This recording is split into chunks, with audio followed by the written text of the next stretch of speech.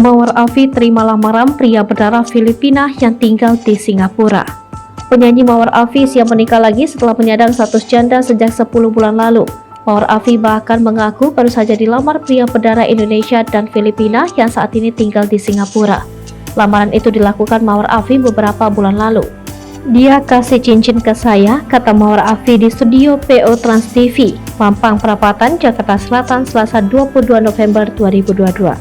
Mawar Afi yang saat ini berusia 36 tahun itu sengaja tidak mengunggah kemesraannya bersama kekasihnya di akun media sosialnya. Mawar Afi juga tidak memamerkan momen lamarannya tersebut. Ia mengatakan baru akan mempublikasikan hubungannya saat akan menikah. Mawar Afi sudah mengenal lama kekasihnya itu dan semakin dekat ketika sama-sama tidak punya pasangan.